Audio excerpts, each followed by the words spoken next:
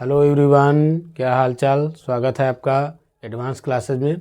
हम लोग कक्षा 10 के इलेक्ट्रिसिटी यानी कि विद्युत चैप्टर का आज जो है फिजिक्स में हम लोग आज उसका वन शॉट देखेंगे।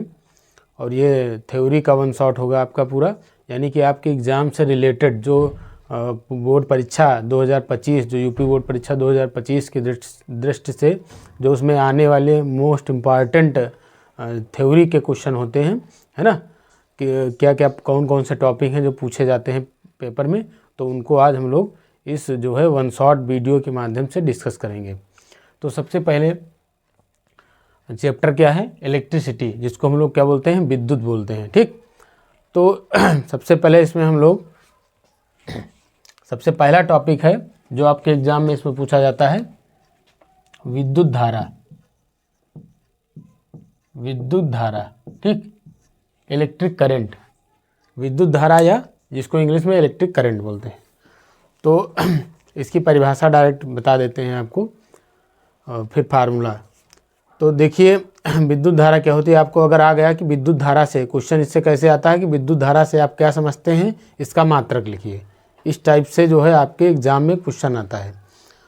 तो किसी चालक में आवेश के प्रवाह की दर को, इसकी परिभाषा आप कैसे लिखेंगे, किसी चालक में आवेश के प्रवाह की दर को विद्युत धारा कहते हैं। किसी चालक में आवेश के प्रवाह की दर को विद्युत धारा कहते हैं। इसे स्मॉल आई से प्रदर्शित करते हैं। कहीं कहीं पर आपको कैपिटल आई भी मिलेगा, तो चाहे स्मॉल आई लिखिएगा चाहे कैपिटल आई लिखिएगा। ठीक, तो किसी चालक में आवेश के प्रवाह की दर को विद्युत धारा कहते हैं। इसे स्मॉल आई से प्रदर्शित करते हैं। ठीक, अब इसका फार्मूला कैसे जो है लिखेंगे, तो देखिए यदि किसी चालक में क्यू कूलाम आवेश, यदि किसी चालक में क्यू कूलाम आवेश टी सेकंड में प्रवाहित हो रहा है, तो उसमें बहने वाली धारा आई बराबर क्या हो जाएगी, क्यू अपान टी। उसमें बहने वाली धारा आई बराबर क्या होगी, क्यू अपान टी होगी। ठीक, यदि किसी चालक में क्यू कूलाम आवेश टी सेकंड में प्रवाहित हो रहा है, तो उसमें बहने वाली धारा आई बराबर क्या होगी, क्यू अपान टी होगी। और इसका मात्रक, जैसा कि आप जानते हैं, आवेश का मात्रक कूलाम होता है। ठीक, और समय का मात्रक यहाँ सेकंड हो जाएगा, तो कूलाम प्रति सेकंड हो सकता है, जो कि इस फार्मूले से निकलेगा। या फिर आप जानते हैं इसका मात्रक क्या होता है, एम्पियर।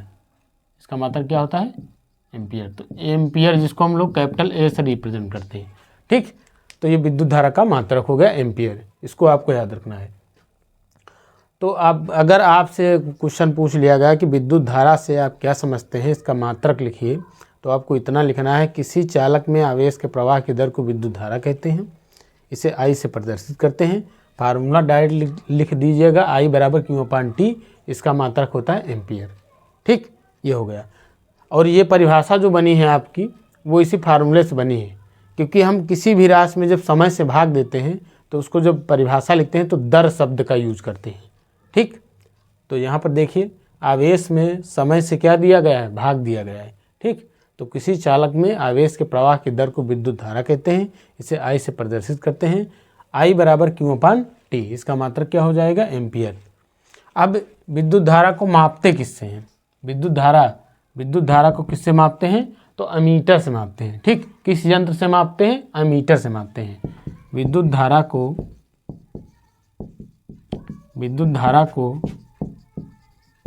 अमीटर से मापते हैं।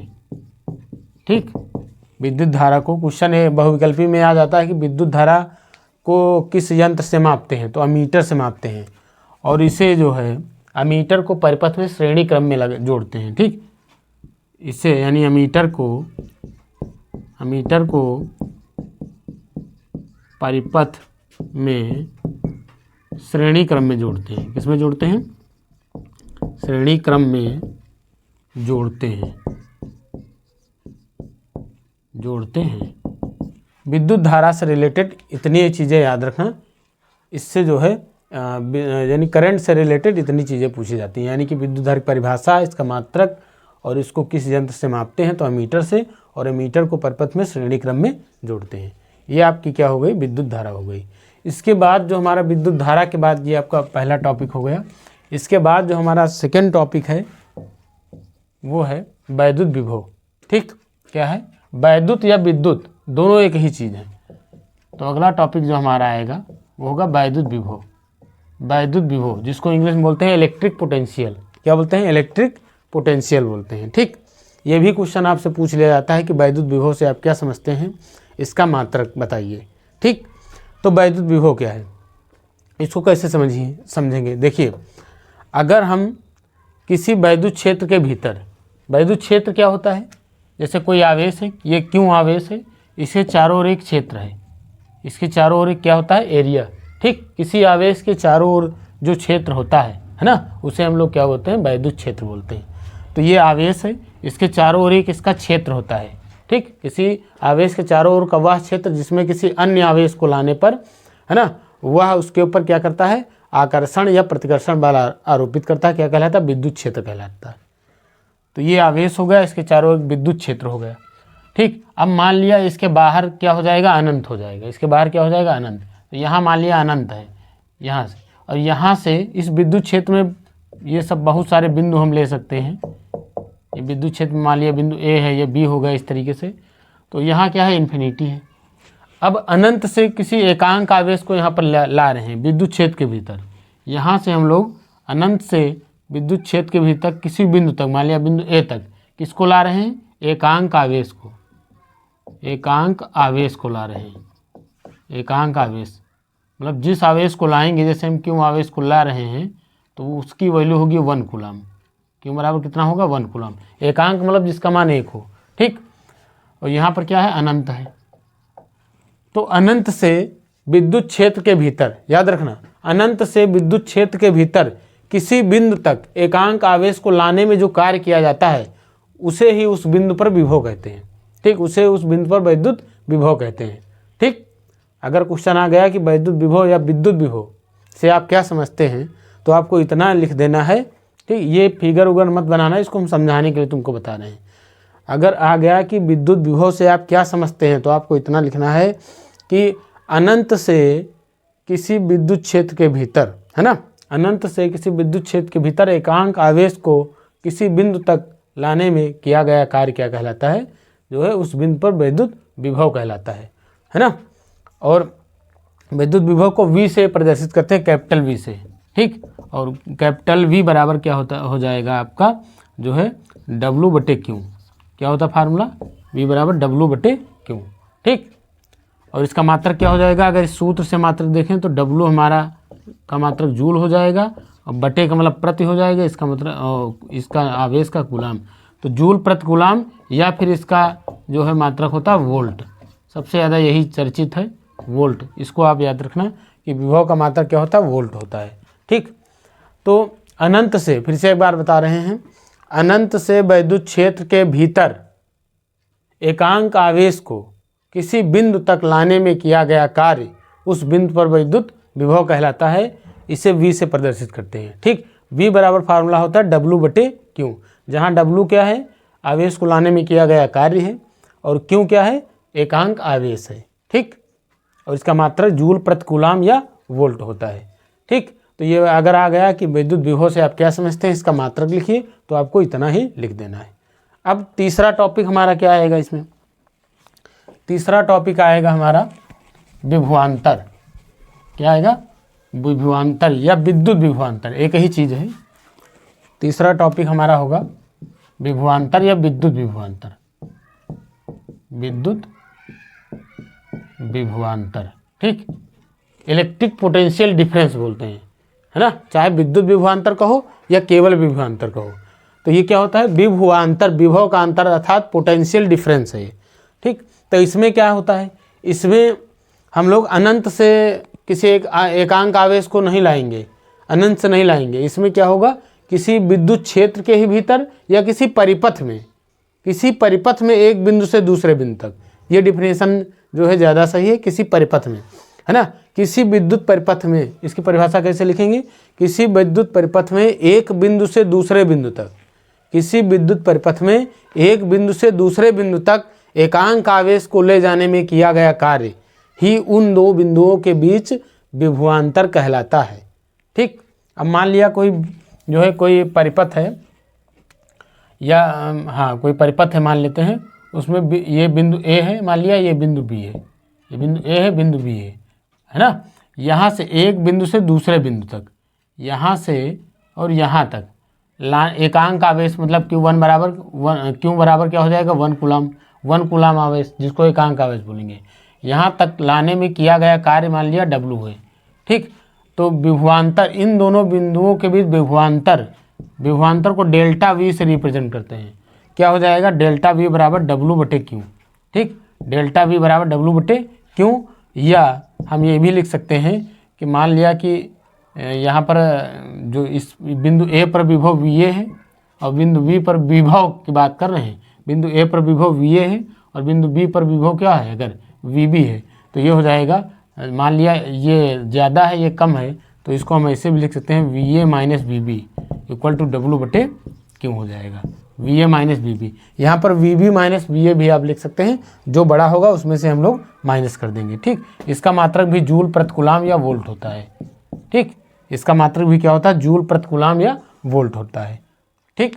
तो अगर आ गया विद्युत विभवांतर से आप क्या समझते हैं, इसका मात्रक लिखिए, तो क्या लिखेंगे कि किसी विद्युत परिपथ में एक बिंदु से दूसरे बिंदु तक एकांक आवेश को ले जाने में किया गया कार्य उन दो बिंदुओं के बीच विद्युत विभवांतर कहलाता है। इसे डेल्टा V से प्रदर्शित करते हैं, डेल्टा V बराबर W/Q हो जाएगा। इसका मात्रक जूल प्रति कूलम या वोल्ट होता है, ठीक। अब इस विद्युत विभवांतर को हम लोग किस यंत्र से नापते हैं, तो विद्युत विभवांतर को हम नापते हैं वोल्ट मीटर से।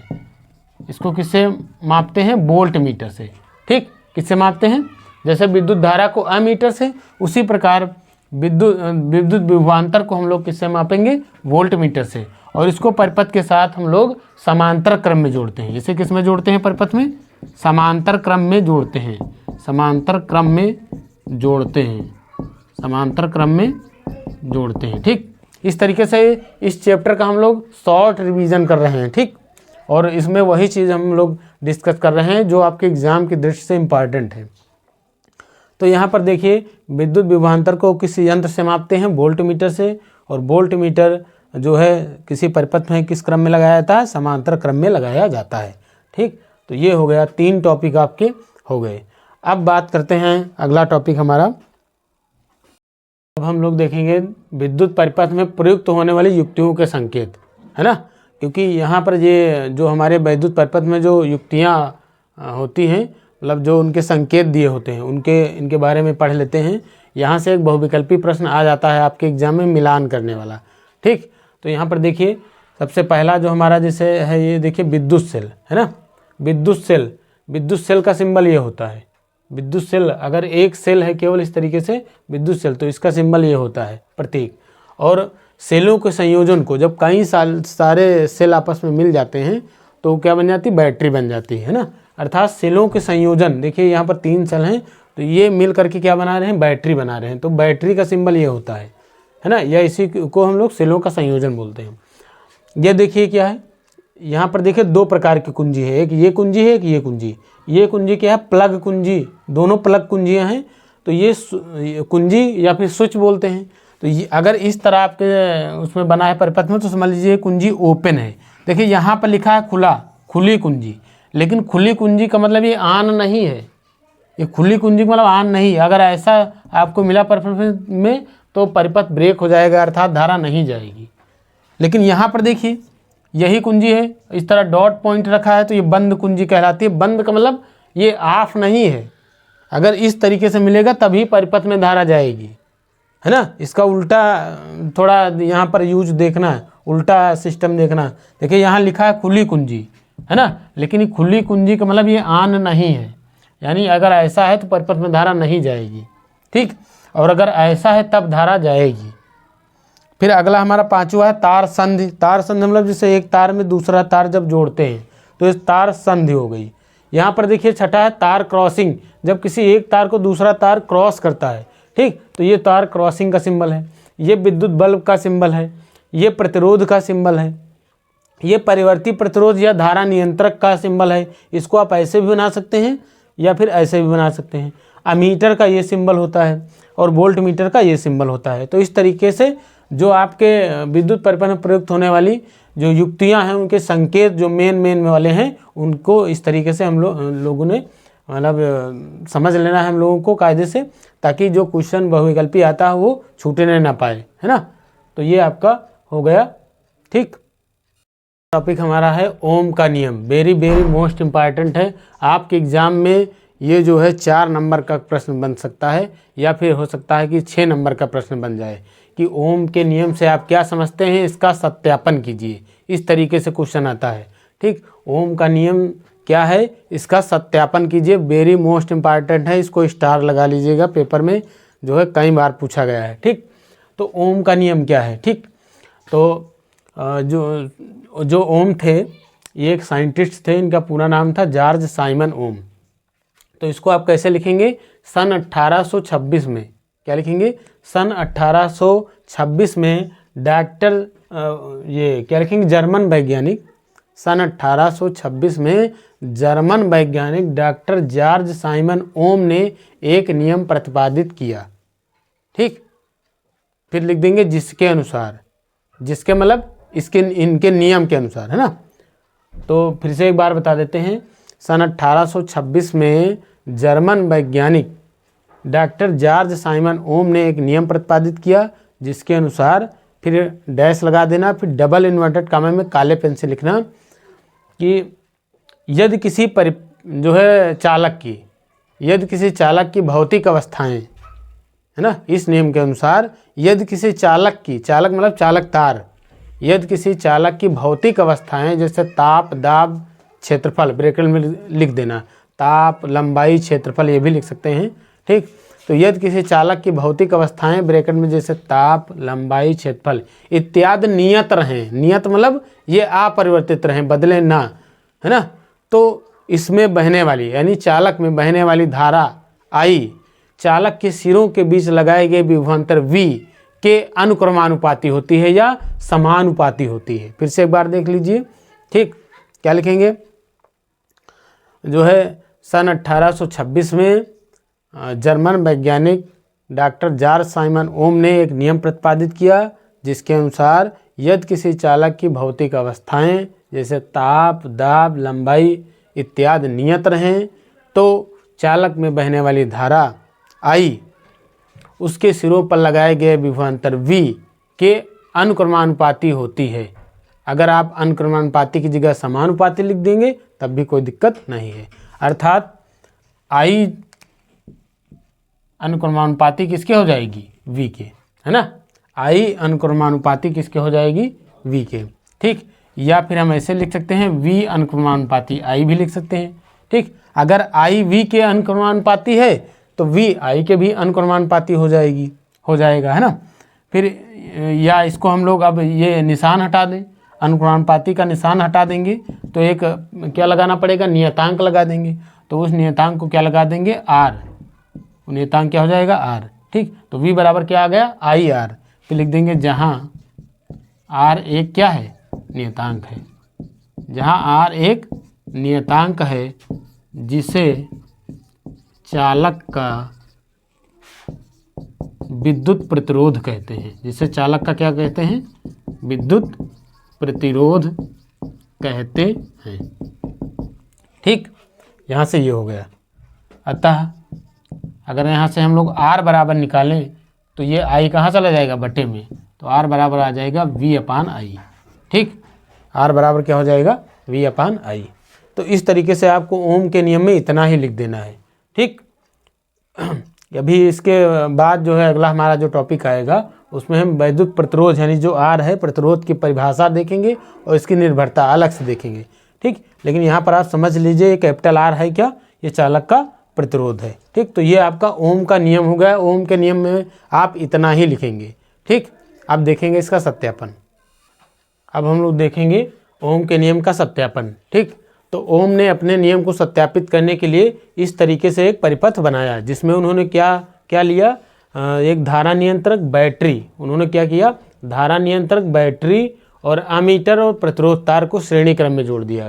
ठीक, और प्रतिरोध तार के सिरों के बीच क्या जोड़ दिया, एक वोल्ट मीटर जोड़ दिया। ठीक, आमीटर, ये आमीटर का सिंबल है, भी बताया था। आमीटर से क्या नापेंगे हम लोग, धारा का मान, और वोल्ट मीटर से क्या मापते हैं, विभवांतर का मान। ठीक, तो इस तरीके से उन्होंने एक अपना नियम जो है सत्यापित करने के लिए एक प्रकार का परिपथ बनाया।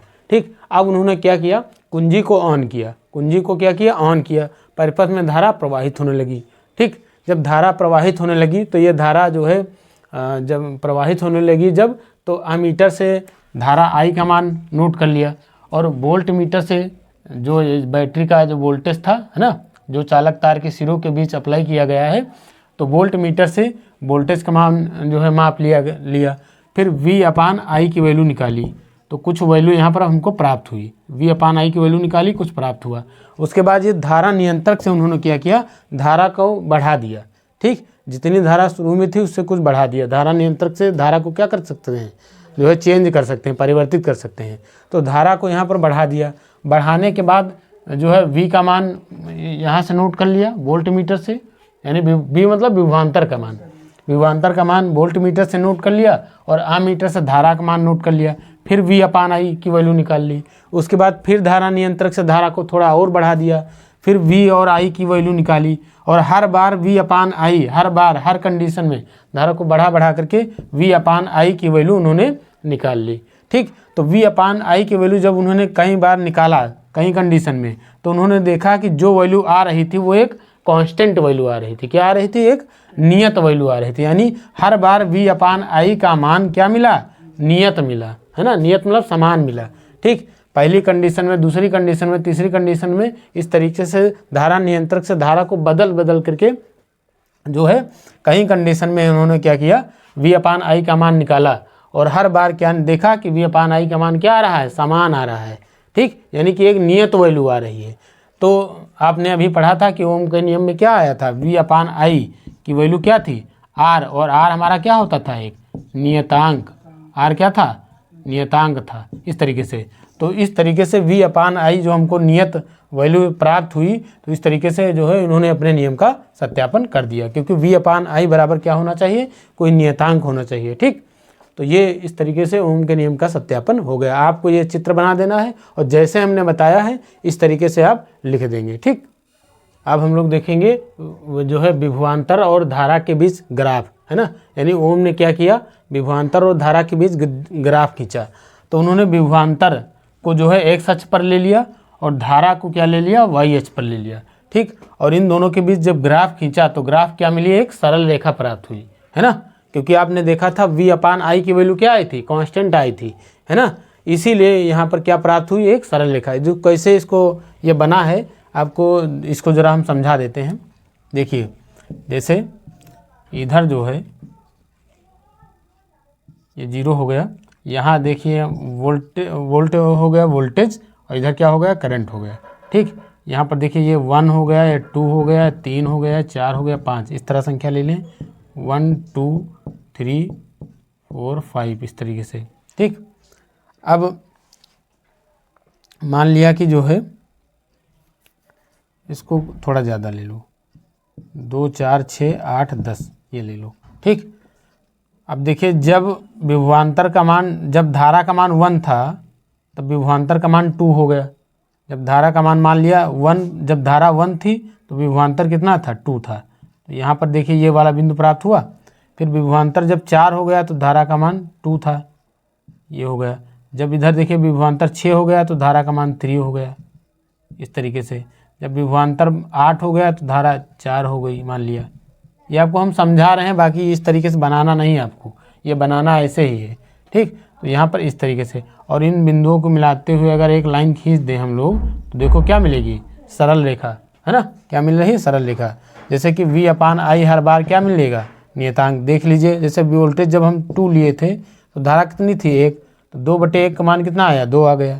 फिर वोल्टेज देखिए, वोल्टेज का मान 4 हो गया, वोल्टेज का मान 4 हो गया, और धारा का मान 4, वोल्टेज जब 4 था तो धारा कितनी थी, 2, इसको डिवाइड करेंगे तो कितना आ जाएगा, 2। तो हर बार हम देख रहे हैं कि यहाँ पर V/I की वैल्यू क्या आ रही है, एक नियत वैल्यू आ रही है। इसीलिए क्या प्राप्त हुई, एक सरल रेखा, ग्राफ। यानी ओम के नियम में जब वोल्टेज और धारा करंट यानी विभवांतर और धारा के बीच जब ग्राफ खींचा गया तो क्या प्राप्त हुई, एक सरल रेखा प्राप्त हुई। ठीक, तो इस तरीके से ये आपको सिर्फ हमने समझाया, बनाना आपको इधर वाला है। ठीक, और तो ये सरल रेखा ओम के नियम में प्राप्त होती है, यानी जब विभवांतर और धारा के बीच ग्राफ खींचते हैं। और एक बात याद रखना, ओम का नियम सिर्फ धातु चालकों के लिए ही सत्य है। किसके लिए सत्य है? धातु चालकों के लिए ही सत्य है। ठीक, तो ये आप क्या हो गया, ओम का नियम पूरा कंप्लीट हो गया। अगला टॉपिक हमारा है प्रतिरोध, जिसे हम लोग विद्युत प्रतिरोध भी कहते हैं। तो विद्युत प्रतिरोध, विद्युत प्रतिरोध, इसके बारे में अभी जब ओम का नियम पढ़ा था तो हम लोगों ने बताया, जो है समझा था कि इसको कैपिटल आर से प्रदर्शित करते हैं और आर बराबर आपने देखा था V/I होता है। ठीक, तो वहाँ से फार्मूले से भी हम डिफिनीशन इसकी दे सकते हैं। बाकी इसकी परिभाषा एक और ये बनती है, प्रतिरोध का मतलब क्या है? अवरोध उत्पन्न करना। प्रतिरोध मतलब अवरोध उत्पन्न करे, और अवरोध का मतलब जो बाधा यानी रुकावट पैदा करे, है ना। अब किसके मार्ग में अवरोध उत्पन्न करता है प्रतिरोध? तो ये धारा के मार्ग में। ठीक, तो इसकी परिभाषा हम ऐसे लिखेंगे, जो है कि किसी चालक का वह गुण जिसके कारण वह वैद्युत धारा के मार्ग में अवरोध उत्पन्न करता है, वैद्युत प्रतिरोध कहलाता है। ठीक, तो ये परिभाषा आप लिख सकते हैं। बाकी आपने अभी देखा था R = क्या होता है? V/I। R = क्या पढ़ा था तुमने? क्या होता है? V/I, है ना। R बराबर V/I। तो यहाँ से परिभाषा एक और बनेगी कि किसी चालक के सिरों पर लगाया गया विभवांतर V, किसी चालक के सिरों पर लगाया गया विभवांतर V तथा उसमें बहने वाली धारा I। किसी चालक, इसी फार्मूले से बनाएंगे परिभाषा, किसी चालक के सिरों पर लगाया गया विभवांतर V तथा उसमें प्रवाहित होने वाली धारा I के अनुपात, देख लीजिए ये बटे, मतलब जो रेशियो लिया गया है इनका ना, वोल्टेज और करंट का। ठीक, तो के अनुपात को क्या कहते हैं? उस चालक का वैद्युत प्रतिरोध कहते हैं। इसे कैपिटल R से प्रदर्शित करते हैं। इसका मात्रक होता है ओम। इसका मात्रक क्या होता है? ओम, और ये इसका सिंबल होता है ये। ठीक, तो वैद्युत प्रतिरोध का मात्रक क्या होता है? ओम होता है। और R बराबर फार्मूला क्या होता है? V/I। ठीक, तो ये इस तरीके से परिभाषा आप लिख सकते हैं। अब अगला टॉपिक हमारा आएगा कि ये वैद्युत प्रतिरोध जो है, विद्युत प्रतिरोध, ये किन कारकों पर निर्भर करता है। ठीक, या विद्युत प्रतिरोध को प्रभावित करने वाले कारक, विद्युत प्रतिरोध को प्रभावित करने वाले कारक या इसकी निर्भरता, ये किन कारकों पर निर्भर करता है। ठीक, ये ज़रा देख लेते हैं। तो ये प्रतिरोध जो होता है, चालक का जो प्रतिरोध होता है, ये किन कारकों पर निर्भर करता है। सबसे पहली बात तो ये चालक की लंबाई पर निर्भर करता है। चालक की लंबाई पर, चालक की लंबाई पर, चालक मतलब कोई चालक तार जिसमें करंट फ्लो हो सके, है ना। चालक की लंबाई पर निर्भर करता है। ठीक, तो इस पर कैसे निर्भर करता है? तो ये चालक की लंबाई के क्या होता है? अनुक्रमानुपाती होता है। ये चालक तार की लंबाई के अनुक्रमानुपाती होता है, अर्थात R अनुक्रमानुपाती L हो जाएगा। इसका मतलब क्या होता है? अनुक्रमानुपाती, या इसी को समानुपाती बोलते हैं। इसका मतलब ये होता है कि अगर लंबाई बढ़ेगी तो प्रतिरोध भी बढ़ेगा, और लंबाई घटेगी तो प्रतिरोध भी घटेगा। अर्थात यहाँ से हम ये कह सकते हैं कि कोई चालक जितना ज़्यादा लंबा होगा उसका प्रतिरोध उतना ही ज़्यादा होगा। ठीक, तो ये चालक की लंबाई पर निर्भर करता है, और उस चालक की लंबाई के ये अनुक्रमानुपाती होता है। अर्थात चालक तार जितना लंबा होगा उसका प्रतिरोध उतना ही ज़्यादा होगा। ठीक, दूसरा पॉइंट हमारा क्या है, किस पर निर्भर करता है? तो ये अनुप्रस्थ काट के क्षेत्रफल पर निर्भर करता है। चालक के अनुप्रस्थ काट के क्षेत्रफल, अनुप्रस्थ काट के क्षेत्रफल पर निर्भर करता है, के क्षेत्रफल पर निर्भर करता है। अब इस पर कैसे निर्भर करता है? अनुप्रस्थ काट का क्षेत्रफल मतलब कैपिटल A, है ना। तो उस पर क्रॉस सेक्शन एरिया, और इससे मतलब आप ये दिमाग लगाइएगा कि तार की मोटाई पर। ठीक, तो R जो है ये चालक तार के अनुप्रस्थ काट के व्युत्क्रमानुपाती होता है, यानी R व्युत्क्रमानुपाती या इन्वर्सली प्रोपोर्शनल जो है कितना हो जाएगा? 1/A। ठीक, यानी इसका उल्टा रिलेशन होता है। इसका मतलब ये हुआ कि अगर A अनुप्रस्थ काट का एरिया ज़्यादा होगा तो रेजिस्टेंस कम होगा, और अगर अनुप्रस्थ काट का एरिया कम होगा तो रेजिस्टेंस क्या होगा? ज़्यादा होगा। अर्थात हम ये कह सकते हैं कि तार जितना ज़्यादा मोटा होगा, यानी कि मोटाई ज़्यादा होगी तो रेजिस्टेंस कम होगा। ठीक, तो तार जितना ज़्यादा मोटा होगा उसका प्रतिरोध उतना ही कम होगा, और तार जितना पतला होगा उसका प्रतिरोध उतना ही ज़्यादा होगा। इसीलिए जब हमको कोई हाई लोड देना होता है, कोई मतलब कि ज़्यादा लोड वाला सर्किट बनाना होता है या कोई डिवाइस कनेक्ट करते हैं तो मोटा तार लगाते हैं, जैसे केबल वगैरह लगा देते हैं। ठीक, क्यों? क्योंकि उसका प्रतिरोध क्या हो जाता है, कम हो जाता है। ठीक, तो ये अनुप्रस्थ काट के क्षेत्रफल के व्युत्क्रमानुपाती होता है।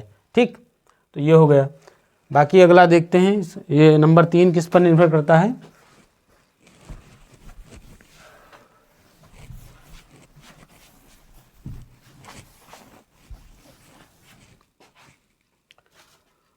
अगला जो है चालक तार के पदार्थ पर निर्भर करता है। ये चालक तार के पदार्थ पर निर्भर करता है, पदार्थ पर निर्भर करता है। ठीक, अर्थात ये होता है कि अगर मतलब इस पर निर्भर करता है कि कोई चालक किस पदार्थ का बना है ना, कि कोई चालक तार हर मटेरियल का हो सकता है, मतलब कई मटेरियल का हो सकता है, जैसे एल्युमिनियम का तार है, कापर का तार है ना, इस तरीके से।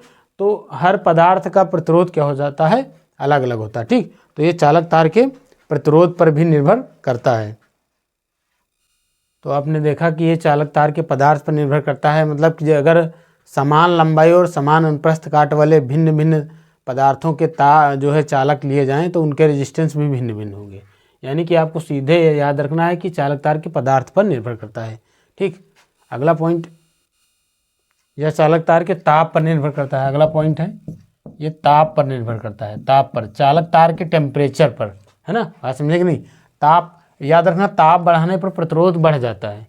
ताप बढ़ाने पर अगर किसी चालक तार का प्रतिरोध हम ताप बढ़ा दें तो उसका प्रतिरोध क्या हो जाएगा, बढ़ जाता है। ठीक, तो जो है याद रखना कि ताप बढ़ाने पर चालक तार का प्रतिरोध बढ़ जाता है। तो इस तरीके से जो है आपने देखा कि प्रतिरोध किन किन कारकों पर निर्भर करता है। ठीक, अर्थात प्रतिरोध को कौन कौन से ऐसे कारक हैं जो क्या करते हैं, प्रभावित करते हैं। अब बढ़ते हैं अगले टॉपिक की तरफ। अगला टॉपिक हमारा है विशिष्ट प्रतिरोध।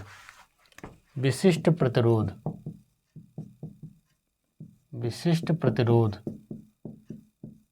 या इसी को हम लोग बोलते हैं प्रतिरोधकता भी बोलते हैं। ठीक, तो ये जो है इसका कॉन्सेप्ट कैसे जो है हम समझेंगे। तो अभी हमने देखा था कि R जो है वो अनुक्रमानुपाती L के था। R अनुक्रमानुपाती क्या था, L। ठीक, R अनुक्रमानुपाती L था। और फिर हमने देखा था R व्युत्क्रमानुपाती था क्षेत्रफल के, है ना। ये समीकरण 1 मान लिया, ये समीकरण 2 मान लिया। अब दोनों समीकरणों को मिला दिया जाए। दोनों समीकरणों को मिलाने पर, समीकरणों को मिलाने पर जब आप दोनों समीकरण को मिला देंगे तो R जो है अनुक्रमानुपाती कितना हो जाएगा, L/A हो जाएगा। R अनुक्रमानुपाती क्या हो जाएगा, L/A। ठीक, क्योंकि L ऊपर रहेगा, ये A कहाँ है, बटे में। अब ये निशान हटाएंगे, अनुक्रमानुपाती का निशान यानी समानुपाती का निशान हटाएंगे तो कोई ना कोई नियतांक लगाना पड़ेगा। यानी कि हम ये कह सकते हैं कि R बराबर हो जाएगा रो L/A। ठीक, और जहाँ रो क्या है, एक नियतांक है जिसे चालक का क्या कहते हैं, विशिष्ट प्रतिरोध कहते हैं। यहाँ लिखेंगे जहाँ रो क्या है, एक नियतांक है। रो क्या है, एक नियतांक है जिसे चालक का विशिष्ट प्रतिरोध कहते हैं। क्या कहते हैं, विशिष्ट प्रतिरोध कहते हैं। ठीक, तो यहाँ पर रो क्या है, रो एक नियतांक है जिसे चालक तार का क्या कहते हैं, विशिष्ट प्रतिरोध कहते हैं। अब हमको तो इसी विशिष्ट प्रतिरोध की ज़रूरत है, तो यहाँ से रो का मान जब आप निकालेंगे, देखिए रो का मान जब ये रो L के साथ है ऊपर, याद रखना। तो रो का मान कैसे निकलेगा, इस बटे में A है, इस A को इधर मल्टीप्लाई करेंगे क्रॉस। ठीक, तो यहाँ से अगर हम, तो ये हो जाएगा AR इक्वल टू उधर कितना हो जाएगा, रो L। अगर हम रो की वैल्यू निकालें तो L को बटे में लाना पड़ेगा, यानी कि यहाँ से रो बराबर आएगा RA/L। क्या आएगा, RA/L हो जाएगा। ठीक, रो बराबर क्या निकलेगा, RA/L। ठीक, यानी विशिष्ट प्रतिरोध किसके बराबर आ गया, RA/L के। ठीक, अगर यहाँ पर L बराबर 1 मान लें, 1 मतलब याद रखना एकांक, जब परिभाषा में 1 को हम लिखते हैं तो एकांक बोलते हैं। तो लंबाई अगर हम 1 मीटर मान लें और एरिया भी 1 मीटर स्क्वायर मान लें, है ना, यानी एकांक लंबाई और एकांक एरिया मान लें, तो यहाँ पर एल के स्थान पर 1 रख दीजिए, ए के स्थान पर 1 रख देंगे, तो रो बराबर आर के आ जाएगा। रो बराबर किसके आ जाएगा? आर के आ जाएगा। तो यहाँ से हम लोग परिभाषा बनाएंगे, इस विशिष्ट प्रतिरोध की परिभाषा यहाँ से बनेगी। ठीक, तो किसी चालक का विशिष्ट प्रतिरोध, याद रखना यहाँ से परिभाषा क्या बनेगी, किसी चालक तार का विशिष्ट प्रतिरोध, है ना, उस तार के एकांक मतलब मीटर लंबाई यानी एकांक लंबाई और एकांक मीटर स्क्वायर वाले क्षेत्रफल के वैद्युत प्रतिरोध के बराबर होता है ना। या प्रतिरोध की परिभाषा है, देखिए हमने लिख दिया है, ये आप लिख देंगे एग्जाम में। ठीक, अगर पूछा जाएगा किसी पदार्थ का विशिष्ट प्रतिरोध रो उस पदार्थ के 1 मीटर लंबे व 1 मीटर स्क्वायर अनुप्रस्थ काट क्षेत्रफल वाले तार के प्रतिरोध कैपिटल आर के बराबर होता है। ठीक, और इसका जो मात्रक होता है वो ओम मीटर या ओम सेंटीमीटर होता है। इसका मात्रक क्या होता है? ओम मीटर या ओम सेंटीमीटर होता है। ठीक, किसी चालक तार का ये जो विशिष्ट प्रतिरोध है वो किसी चालक तार का जो विशिष्ट प्रतिरोध होता है वो उस चालक तार के पदार्थ की प्रकृति पर निर्भर करता है ना। अर्थात हम ये कह सकते हैं कि चालक तार किस पदार्थ का बना हुआ है, किस मटेरियल का बना हुआ है। ठीक, उसके सिर्फ नेचर पर डिपेंड करता है, ये उसकी लंबाई मोटाई पर निर्भर नहीं करता है। जैसे कि अभी हम लोगों ने वैद्युत प्रतिरोध यानी कैपिटल आर के बारे में पढ़ा था कि उसकी लंबाई पर निर्भर किया, उसके अनुप्रस्थ काट के क्षेत्रफल पर निर्भर करता था, है ना। लेकिन यहाँ पर ये जो होता है विशिष्ट प्रतिरोध, ये पदार्थ की प्रकृति पर केवल निर्भर करता है, उस पदार्थ की लंबाई चौड़ाई मोटाई पर निर्भर नहीं करता है। यानी कि ये हम कह सकते हैं कि पदार्थ किस टाइप का है, मतलब कि वो मटेरियल कैसा है ना। और याद रखना ये भिन्न भिन्न धातुओं के लिए इसका मान भिन्न भिन्न होता है।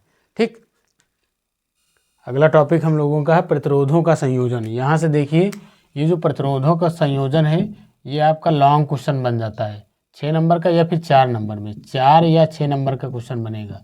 ठीक, यहाँ से। ठीक, तो ये जो प्रतिरोधों का संयोजन मतलब कि किस प्रकार हम प्रतिरोधों को जोड़ सकते हैं, कई प्रतिरोधों को कैसे जोड़ सकते हैं, है ना, किस तरीके से। तो ये संयोजन 2 प्रकार का होता है, एक सीरीज कॉम्बिनेशन यानी श्रेणी क्रम संयोजन होता है और एक इसके बाद हम पढ़ेंगे समांतर क्रम संयोजन। ठीक, तो सबसे पहले हेडिंग हमारी क्या पड़ेगी? श्रेणी क्रम संयोजन। इसमें प्रतिरोधों को कैसे जोड़ते हैं और फिर जोड़ करके इनका तुल्य प्रतिरोध क्या निकलता है ये देखेंगे हम लोग, इसका डेरिवेशन करेंगे। ठीक, तो ये देखिए यहाँ पर इसका चित्र बना हुआ है, यहाँ पर 3 प्रतिरोध हैं R1, R2 और R3, ये तीनों श्रेणी क्रम में ऐसे जुड़े हुए हैं। ठीक, तो इनको क्या लिखेंगे, कैसे लिखेंगे? ठीक, इस तरह चित्र बना देंगे और इसमें क्या लिखेंगे कि इस प्रकार के संयोजन में क्या लिखेंगे, इस प्रकार के संयोजन में पहले प्रतिरोध के दूसरे सिरे को, ये देखिए ये पहला प्रतिरोध है, इसका दूसरा सिरा ये है। सबसे पहले हम थोड़ा आप जान लीजिए कि ये जैसे प्रतिरोध है, ठीक, तो इसका ये इधर वाला पहला सिरा है और इधर वाला क्या है? दूसरा सिरा है। ठीक, ये ज़रा समझ लीजिए। तो देखिए यहाँ पर इस प्रकार के संयोजन में पहले प्रतिरोध के दूसरे सिरे को दूसरे प्रतिरोध के पहले सिरे से तथा दूसरे प्रतिरोध के दूसरे सिरे को अंतिम प्रतिरोध या तीसरे प्रतिरोध कह सकते हो। ठीक, इस तरीके से हमने 3 जोड़े हैं, आगे और भी जोड़ देंगे तो यहाँ पर ये अंतिम कहलाएगा, तीसरा वाला क्या बन जाएगा? अंतिम प्रतिरोध, है ना। तो फिर से एक बार सुनिए, इस प्रकार के संयोजन में पहले प्रतिरोध के दूसरे सिरे को दूसरे प्रतिरोध के पहले सिरे से तथा दूसरे प्रतिरोध के दूसरे सिरे को अंतिम प्रतिरोध के पहले सिरे से जोड़ देते हैं। ठीक, और इस प्रकार जोड़ते हुए पहले प्रतिरोध के पहले सिरे को अंतिम प्रतिरोध के दूसरे सिरे को एक सेल द्वारा जोड़ देते हैं। ठीक, ये हमारा हो गया कि किस तरह जोड़ते हैं, जैसे चित्र में आपने बनाया वैसे आपको लिख देना है। ठीक, एक बार फिर से समझ लीजिए, इस प्रकार के संयोजन में पहले प्रतिरोध के दूसरे सिरे को दूसरे प्रतिरोध के पहले सिरे से दूसरे प्रतिरोध के दूसरे सिरे को अंतिम प्रतिरोध के पहले सिरे से जोड़ देते हैं और इस प्रकार जोड़ते हुए पहले प्रतिरोध के पहले सिरे को अंतिम प्रतिरोध के दूसरे सिरे को एक सेल द्वारा जोड़ देते हैं। ये आपका हो गया कि कैसे लिखना है, मतलब। ठीक, अब यहाँ पर क्या लिखेंगे कि चित्र में 3 प्रतिरोध, याद रखना यहाँ पर देखिए 3 प्रतिरोध हैं R1, R2 और R3। चित्र में 3 प्रतिरोध R1, R2, R3 परस्पर श्रेणी क्रम में जोड़े गए हैं, है ना, जिन पर जो है जिनके विभव या विभवांतर जिन पर उत्पन्न विभवांतर कितना है V1, V2 व V3 है ना, जिनके सिरों पर विभवांतर कितना है, V1, V2 व V3 है। ठीक, तथा जो है परिपथ में I धारा प्रवाहित हो रही है। चूंकि श्रेणी क्रम में धारा समान रहती है, याद रखना श्रेणी क्रम में क्या समान होता है, धारा समान होती है। ठीक, यहाँ से जो सेल द्वारा धारा आएगी वो सभी प्रतिरोधों में जाएगी, बात समझे कि नहीं। तो यहाँ पर विभवांतर अलग अलग होता है हर प्रतिरोध का, जबकि धारा क्या होती है, समान होती है। ठीक, तो चूंकि जो है श्रेणी क्रम में धारा समान होती है, अतः ओम के नियम से, तो ओम का नियम लगा देते हैं। ठीक, हर एक प्रतिरोध पर ओम का नियम लगा देंगे। ठीक, तो ओम के नियम से आपने पढ़ा था V बराबर क्या होता था, IR। तो यहाँ पर ओम के नियम से, जब ओम का नियम लगाएंगे, ओम के नियम से अगर हम पहले प्रतिरोध में का विभवांतर देखें तो V1 बराबर हो जाएगा IR1, क्योंकि धारा तो I सब में जाएगी, है ना। और कामा या यहाँ लिख देते हैं V2 बराबर क्या हो जाएगा, IR2, और V3 क्या हो जाएगा, IR3। ठीक, इस तरीके से ये तीनों, पहले प्रतिरोध का विभवांतर V1 बराबर क्या हो जाएगा, IR1, दूसरे प्रतिरोध का विभवांतर V2 बराबर IR2, तीसरे प्रतिरोध का विभवांतर V3 बराबर IR3 होगा। ठीक, अब चूंकि जो सेल है, सेल जो यहाँ पर लगा हुआ है, ठीक, ये सेल हमारा, ये सेल द्वारा पूरे परिपथ को दिया गया कुल विभवांतर क्या होगा, वो तो V ही होगा, है ना। बात समझे कि नहीं समझे। तो यहाँ पर हम लोग लिख देते हैं कि यदि सेल द्वारा जो है लगाया गया विभवांतर V हो तो, है ना, यदि सेल द्वारा लगाया गया विभवांतर V हो तो यहाँ पर क्या लिख देंगे, V बराबर क्या हो जाएगा, V1 plus V2 plus V3, है ना। ये जो टोटल विभवांतर यहाँ से सेल द्वारा दिया गया है, ठीक, वो अगर V हो तो इन तीनों के विभवांतर, जो तीनों प्रतिरोधों के सिरों पर विभवांतर है, उनके योग के बराबर हो जाएगा। ठीक, तो V बराबर वैल्यू रख देते हैं, V1 के जगह क्या लिख देंगे, IR1, यहाँ पर क्या लिख देंगे, IR2, इसके स्थान पर क्या लिख देंगे, IR3 लिख देंगे। ठीक, अब देखिए V बराबर, यहाँ से I तीनों में कॉमन है तो I ले लेते हैं कॉमन, तो यहाँ पर क्या हो जाएगा, R1 plus R2 plus R3 हो जाएगा। यहाँ पर इसको मान लेते हैं समीकरण 1। ठीक, अब देखिए क्या करेंगे, अब हम क्या लिखेंगे कि यदि इन तीनों प्रतिरोधों के स्थान पर, ये जो तीनों प्रतिरोध हैं, इनके स्थान पर एक हम ऐसा प्रतिरोध लगा दें, इन तीनों के स्थान पर एक ऐसा प्रतिरोध लगा दें जिसको V विभवांतर देने पर, है ना, या जिसमें I धारा प्रवाहित करने पर, इन तीनों प्रतिरोधों के स्थान पर एक ऐसा प्रतिरोध प्रयुक्त करें जिसको I धारा देने पर उसके सिरों पर विभवांतर V हो जाए, तो इस प्रतिरोध को तुल्य प्रतिरोध कहते हैं। इसे क्या कहते हैं, तुल्य प्रतिरोध कहते हैं। ठीक, अतः तुल्य प्रतिरोध के सिरे पर उत्पन्न विभवांतर क्या हो जाएगा, तुल्य प्रतिरोध के सिरों पर सिरों के बीच उत्पन्न विभवांतर क्या हो जाएगा, V बराबर क्या होगा, IR होगा, है ना। तुल्य प्रतिरोध के सिरों पर उत्पन्न विभवांतर V बराबर क्या हो जाएगा, IR हो जाएगा। ठीक, तो V बराबर IR ये कहाँ रख देंगे, समीकरण 1 में रखने पर, समीकरण 1 में रखने पर इस तरह।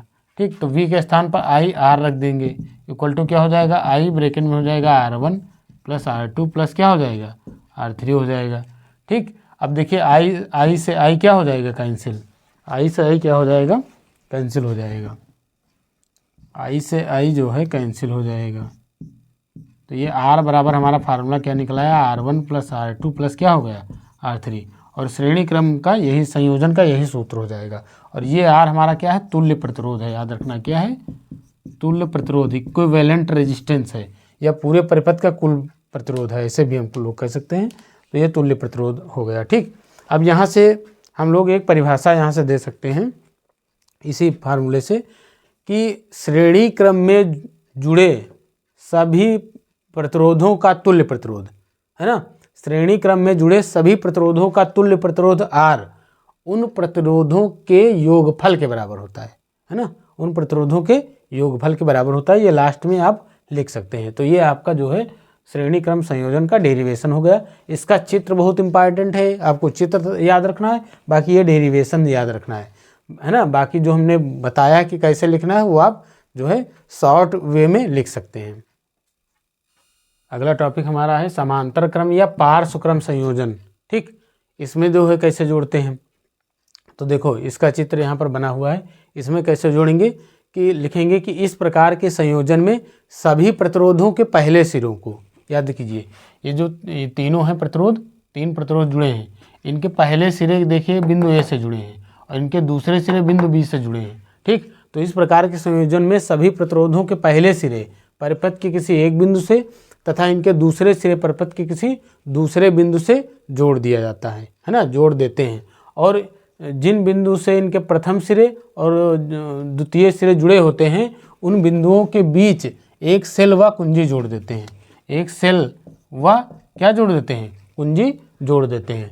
ठीक, तो इस तरीके से आप लिख सकते हैं कि इस प्रकार के संयोजन में सभी प्रतिरोधों के पहले सिरों को परिपथ के किसी एक बिंदु से तथा इनके दूसरे सिरों को परिपथ के किसी दूसरे बिंदु से जोड़ देते हैं तथा जिन बिंदुओं से इनके पहले सिरे व दूसरे सिरे जुड़े होते हैं उन बिंदुओं के बीच एक सेल तथा एक कुंजी जोड़ देते हैं। ठीक, ये तो हो गई जोड़ने वाली बात। अब फिर क्या लिखेंगे, चित्र में 3 प्रतिरोध R1, R2, R3 परस्पर समांतर क्रम में जोड़े गए हैं तथा जिनमें प्रवाहित होने वाली धाराएं क्रमशः I1, I2 व I3 हैं। यहाँ पर देखिए जो है समांतर क्रम में धाराएं अलग अलग बंट जाती हैं और समांतर क्रम में विभवांतर समान होता है। अभी आपने देखा था श्रेणी क्रम में धारा समान थी और यहाँ क्या समान होगा, विभवांतर सब पर समान होता है। ठीक, तो यहाँ पर देखिए पहले प्रतिरोध में धारा I1 जा रही है, यहाँ से तो सेल द्वारा तो I धारा आएगी लेकिन बिंदु ए पर ये बट जाएगी। पहले प्रतिरोध में I1 जाएगी, दूसरे में I2 जाएगी, तीसरे में I3 और ये तीनों यहाँ आकर के फिर मिल करके I बन जाएंगी। ठीक, तो इस तरीके से जो है चित्र में 3 प्रतिरोध R1, R2, R3 परस्पर समांतर क्रम में जोड़े गए हैं तथा इनमें प्रवाहित होने वाली धाराएं क्रमशः I1, I2 व I3 हैं। ठीक, तथा परिपथ का, पूरे परिपथ का विभवांतर V हो तो ओम के नियम से I1 बराबर क्या हो जाएगा, देखिए I बराबर V/R होता है तो I1 बराबर क्या हो जाएगा, V/R1 क्या हो जाएगा, I1 बराबर V/R जो है R1। फिर I2 बराबर क्या निकलेगा, V/R2। ठीक, फिर I3 क्या निकलेगा, V/R3 निकलेगा। इस तरीके से I1, I2 व I3 की वैल्यू निकाल लिया हम लोगों ने। अब चूँकि जो है कुल धारा तो सेल द्वारा कितनी मिली थी, I मिली थी, तो चूँकि कुल धारा I की बात करें तो I किसके बराबर हो जाएगी, I1 + I2 + I3, क्योंकि तीनों धाराओं को जोड़ेंगे तभी तो I बनेगी। यहाँ से I बराबर I1 की वैल्यू रख देते हैं V/R1, इसके स्थान पर V/R2, इसके स्थान पर V/R3 रख देंगे। तो यहाँ पर V कॉमन ले लेते हैं तो ब्रैकेट में हो जाएगा 1/R1 + 1/R2 + 1 क्या हो जाएगा, R3 हो जाएगा इस तरीके से। अब इसको समीकरण 1 मान लेंगे। ठीक, अब क्या लिखेंगे कि अब वही चीज़ कि यदि इन तीनों प्रतिरोधों के स्थान पर एक ऐसा प्रतिरोध लगा दें, है ना, जिसको I धारा देने पर उसके सिरों पर विभवांतर V हो जाए तो इसे तुल्य प्रतिरोध कहेंगे। तो तुल्य प्रतिरोध में प्रवाहित धारा कितनी हो जाएगी, तुल्य प्रतिरोध में प्रवाहित धारा, तुल्य प्रतिरोध में प्रवाहित धारा I बराबर क्या हो जाएगी, V/R। I बराबर क्या होगी, V/R। तो I का मान समीकरण 1 में रख दिया जाए। ये समीकरण 1 है, इसमें I के स्थान पर क्या रख देंगे, V/R रख देंगे। तो यहाँ V है, ब्रैकेट में क्या था हमारा 1/R1 था प्लस 1/R2 प्लस 1 क्या हो जाएगा R3। तो V से V कैंसिल हो गया तो इधर कितना बच जाएगा 1/R बराबर इधर कितना बचा 1/R1 प्लस 1/R2 प्लस 1 क्या हो गया इधर 1 हो गया R3। तो ये जो है समांतर क्रम में जोड़े गए प्रतिरोधों का संयोजन का जो है फार्मूला है। ठीक, और यहाँ पर ये जो कैपिटल R है इसे हम लोग बोलेंगे तुल्य प्रतिरोध। क्या बोलेंगे, तुल्य प्रतिरोध बोलेंगे, इक्विवेलेंट रेजिस्टेंस। ठीक, तो समांतर क्रम में जुड़े प्रतिरोधों के तुल्य प्रतिरोध का ये फार्मूला निकल के आ गया। यहाँ पर हम लोग अब लास्ट में ये लिख सकते हैं, स्पष्ट है कि समांतर क्रम में जुड़े सभी प्रतिरोधों का तुल्य प्रतिरोध का व्युत्क्रम, जब हम किसी संख्या में 1 किसी को हम 1 करके लिखते हैं, जैसे मान लिया 2 का व्युत्क्रम अगर पूछें तो कितना हो जाएगा 1/2 हो जाएगा। ठीक, तो उसी प्रकार R का व्युत्क्रम क्या होगा 1/R। तो सभी क्रम में जुड़े, सभी क्रम में जो है श्रेणी समांतर क्रम में जुड़े सभी प्रतिरोधों क्या लिखेंगे, स्पष्ट है कि समांतर क्रम में जुड़े सभी प्रतिरोधों के तुल्य प्रतिरोध का व्युत्क्रम उन प्रतिरोधों के व्युत्क्रमों के योगफल के बराबर होता है। तो ये आपका क्या हो गया, समांतर क्रम संयोजन हो गया। अगला हमारा टॉपिक है विद्युत शक्ति या सामर्थ्य। ठीक, विद्युत शक्ति या सामर्थ्य ये क्या होता है, तो इसकी परिभाषा देखिए हम फार्मूले से आपको बताएंगे। इसको हम लोग P से रिप्रेजेंट करते हैं। P बराबर फार्मूला होता है W/T। P बराबर क्या होता है सूत्र, W/T। ठीक, अब T क्या है, समय है, और W क्या है, किसी परिपथ में वे विद्युत ऊर्जा है। W क्या है, वे विद्युत ऊर्जा है। तो अगर T को हम 1 मान लें, T बराबर क्या मान लें, 1 यानी कि एकांक मान लें। ठीक, आप समझे कि नहीं। तो परिभाषा P किसके बराबर हो जाएगा, W के। P किसके बराबर हो जाएगी, W के। यानी यहाँ से परिभाषा हमारी ये बनी कि किसी विद्युत परिपथ में प्रति सेकंड, एकांक मतलब 1 सेकंड, एकांक मतलब 1 सेकंड या प्रति सेकंड, किसी जो है विद्युत परिपथ में, किसी विद्युत परिपथ में 1 सेकंड में या प्रति सेकंड, किसी विद्युत परिपथ में प्रति सेकंड व्यय होने वाली विद्युत ऊर्जा की मात्रा या व्यय विद्युत ऊर्जा ही उसकी विद्युत शक्ति या सामर्थ्य कहलाती है ना। किसी विद्युत परिपथ में प्रति सेकंड व्यय विद्युत ऊर्जा क्या कहलाती है विद्युत शक्ति या सामर्थ्य कहलाती है। इसे P से प्रदर्शित करते हैं। P बराबर W/T, और इसका मात्रक होता है वाट। इसका मात्रक क्या होता है, वाट होता है। ठीक, अब ये देखिए व्यय विद्युत ऊर्जा और शक्ति, व्यय विद्युत ऊर्जा, शक्ति तो यहाँ हो गई, व्यय विद्युत ऊर्जा और ऊष्मा। किसी परिपथ में व्यय विद्युत ऊर्जा जिसको W बोलते हैं, और ऊष्मा जिसको हीट H से रिप्रेजेंट करते हैं, है ना। इन दोनों को हमने इस पूरे चैप्टर का एक जो है पूरे चैप्टर का फार्मूले का वीडियो बनाया है। ठीक, उस वीडियो को आप देख लीजिएगा। उसमें हमने व्यय विद्युत ऊर्जा के जितने भी फार्मूले हैं उनको लिखवाया बताया है, और ऊष्मा के जितने भी फार्मूले हैं उनको भी बताया उसी में। ठीक, और ये जो विद्युत शक्ति सामर्थ्य है, इसका मान कभी आ जाता है विभवांतर और धारा के पदों में, है ना, इस तरीके से, या कभी कभी पूछ लिया जाता है कि विभवांतर और प्रतिरोध के पदों में। तो ये सारे फार्मूले हमने उस वीडियो में डिस्कस किया है। उस वीडियो को आप ज़रूर देख लीजिएगा। ठीक, यहाँ पर 1 शॉट में हम थ्योरी का रिवीजन कर रहे हैं इसमें। ठीक, और थ्योरी में जो आपके एग्जाम में पूछी जाने वाली थ्योरी है, सिर्फ जो परिभाषाएं या जो टॉपिक पूछे जाते हैं, ठीक, परिभाषाएं, उन्हीं को हम यहाँ पर डिस्कस कर रहे हैं। अभी इसी चैप्टर का एक और 1 शॉट आएगा, तो उसमें हम लोग मोस्ट इम्पॉर्टेंट इस चैप्टर के बहुविकल्पीय प्रश्न और न्यूमेरिकल, उन दोनों को उसमें हम लोग कवर करेंगे। ठीक, तो इस वीडियो में जो है हम जितने भी ये थ्योरी का 1 शॉट है, और जितने मोस्ट इम्पॉर्टेंट मतलब टॉपिक हैं या परिभाषाएं हैं, उन्हीं को हम इन वीडियो के अंतर्गत हम डिस्कस कर रहे हैं। तो यहाँ पर विद्युत शक्ति या सामर्थ्य की परिभाषा पूछी जाती है आपके एग्जाम में 1 नंबर में, इसलिए इसको हमने बता दिया। अगला टॉपिक हमारा है 1 किलोवाट घंटा, 1 kWh। इसको हम किलोवाट घंटा भी बोलते हैं। कहीं कहीं पर आपको ये केवल इतना लिखा मिलेगा kWh, तो ये 1 यहाँ पर लिखा हो चाहे ना लिखा हो, समझ लीजिए कि 1 किलोवाट घंटा की बात हो रही है। ठीक, तो kWh भी यानी किलोवाट घंटा भी इसको बोलते हैं। तो ये है क्या, सबसे पहले तो याद रखिए, ये जो है विद्युत ऊर्जा का बड़ा मात्रक है। विद्युत ऊर्जा का क्या है, बड़ा मात्रक है। विद्युत ऊर्जा का क्या है, बड़ा मात्रक है।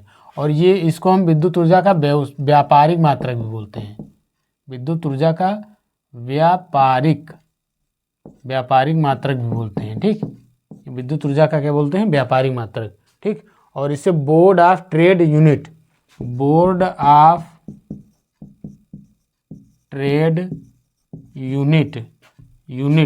अर्थात BTU ये कह सकते हैं, या साधारण भाषा में हम लोग क्या बोलते हैं, यूनिट भी कहते हैं। क्या कहते हैं, यूनिट भी कहते हैं। ठीक, तो ये हो गया, इसके बारे में जान लीजिए कि 1 किलोवाट घंटा है क्या, तो ये विद्युत ऊर्जा का बड़ा मात्रक है। इसे व्यापारिक मात्रक भी विद्युत ऊर्जा का कहते हैं। ये इसको board of trade unit BTU या साधारण भाषा में यूनिट भी कहते हैं। अब हम लोग इसकी परिभाषा देख लेते हैं। अगर आ गया कि 1 किलोवाट घंटा क्या है, इसकी परिभाषा मतलब दीजिए, तो क्या लिखेंगे, किसी परिपथ में जुड़े 1 किलोवाट के उपकरण। ठीक, किसी परिपथ में जुड़े 1 किलोवाट के उपकरण में 1 घंटे में व्यय होने वाली विद्युत ऊर्जा ही क्या कहलाती है, 1 किलोवाट घंटा या 1 यूनिट कहलाती है। ठीक, किसी परिपथ में जुड़े 1 किलोवाट के उपकरण में 1 घंटे में व्यय होने वाली विद्युत ऊर्जा की मात्रा ही क्या कहलाती है, 1 किलोवाट घंटा या 1 यूनिट कहलाती है। अगला टॉपिक हमारा है 1 किलोवाट घंटा तथा जूल में संबंध। ठीक, यहाँ से बहुविकल्पीय प्रश्न आपका बनता ही बनता है। तो 1 किलोवाट घंटा और जूल में क्या संबंध होता है, इसको ज़रा देख लेते हैं। तो 1 किलोवाट घंटा मतलब 1 kWh बराबर 1 kWh। 1 किलोवाट घंटा को हम ऐसे लिख सकते हैं 1 किलोवाट, क्या लिख सकते हैं 1 किलोवाट गुणे 1 घंटा, ऐसे भी लिख सकते हैं, क्योंकि 1 किलोवाट घंटा का मतलब ही हो गया 1 किलोवाट गुणे 1 घंटा।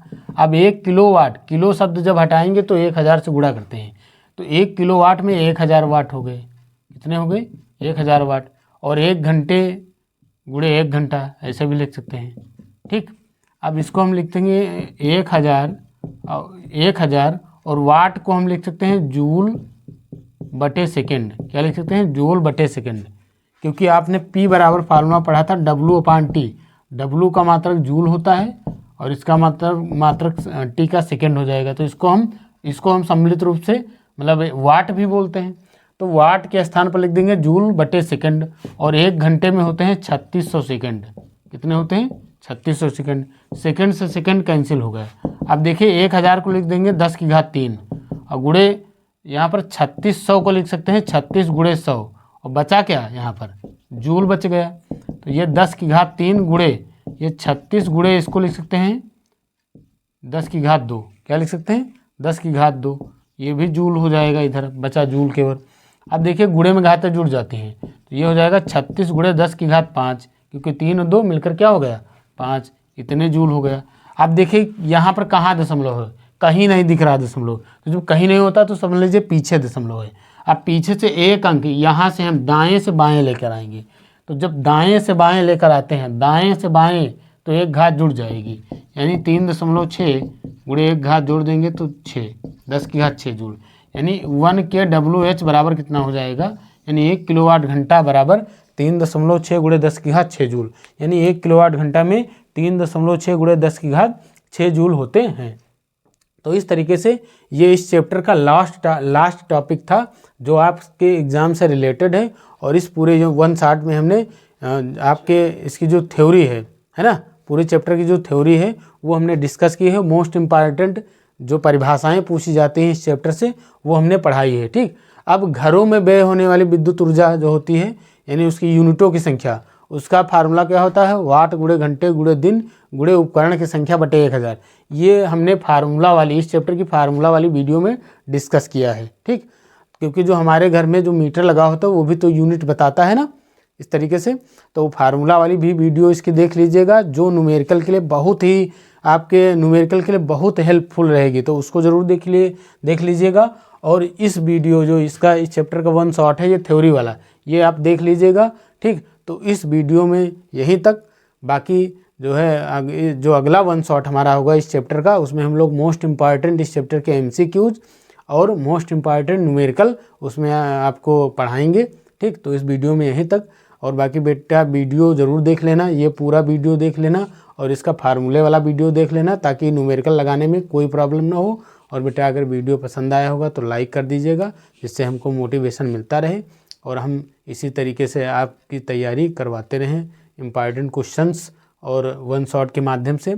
और अगर कोई दिक्कत होगी तो कमेंट कर दीजिएगा, किसी भी क्वेश्चन में प्रॉब्लम होगी तो कमेंट कर दीजिएगा। और चैनल को सब्सक्राइब ज़रूर कर दीजिएगा और कई बच्चों के साथ इस वीडियो को शेयर कर दीजिएगा। धन्यवाद।